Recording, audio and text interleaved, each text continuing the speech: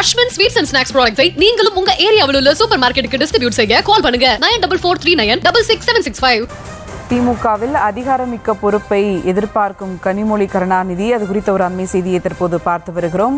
கூடுதல் விவரங்களோடு இணைகிறார் செய்தியாளர் பாரி கார்த்திக். வணக்கம் பாரி கார்த்திக், விவரங்கள்.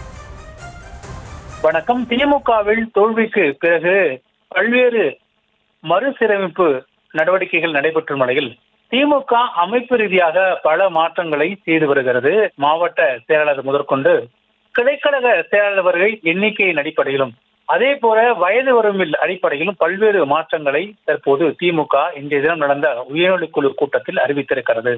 இந்நிலையில் மாநில அளவிலான பதவிகளை நிர்வகிப்பதிலும் மாநில அளவிலான பொறுப்புகளை கொடுப்பதற்கான அடுத்த பணிகளை திமுக துவங்க இருக்கும் என்று கூறப்படுகிறது. குறிப்பாக இவரில் மாவட்ட அமைப்பு ரீதியாக இருக்கக்கூடிய மாவட்டங்களை அறிவித்த பின்னர், மாவட்ட செயலாளர்கள் அறிவித்த பின்னர் அதன் பிறகு பொதுக்குழு நடைபெறும்.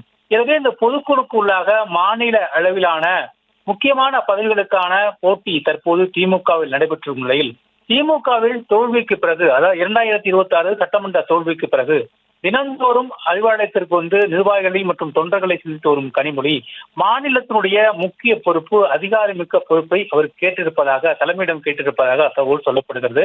ஏற்கனவே கடந்த 2022 முதல் அவர் திமுகவினுடைய துணை பொதுச் செயலாளராக இருக்கிறார். அதற்கு முன்னதாக மகளிரணி செயலராக இருந்த அவர் அணிகளிலிருந்து நேரடியாக கட்சியினுடைய மேல்மட்ட பதவியாக துணை பொதுச் செயலாளராக பதவியாற்றி வருகிறார்.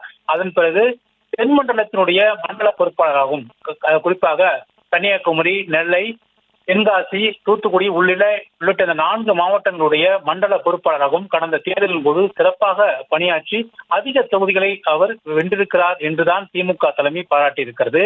இந்நிலையில் அவர் அதிகாரமிக்க மாநில பதவியை கேட்டிருப்பதாக தகவல் சொல்லப்படுகிறது. ஆனால் திமுக தலைமை தற்போது வரை அதற்கான எந்த இசைவுகளும் தெரிவிக்காத நிலையில் விரைவில் அவர் மாநிலத்துடைய முக்கிய பொறுப்பாளராக இருப்பார் என்று எதிர்பார்க்கப்படுகிறது.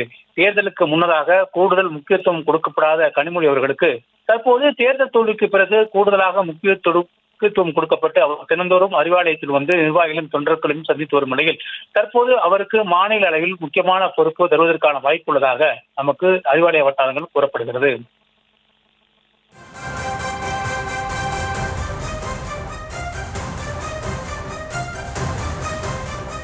அஸ்வின் ஸ்வீட்ஸ் அண்ட் ஸ்நாக்ஸ் ப்ராடக்ட்ஸை நீங்களும் உங்க ஏரியாவில் உள்ள சூப்பர் மார்க்கெட்டுக்கு டிஸ்ட்ரிபியூட் செய்ய கால் பண்ணுங்க 9443966765.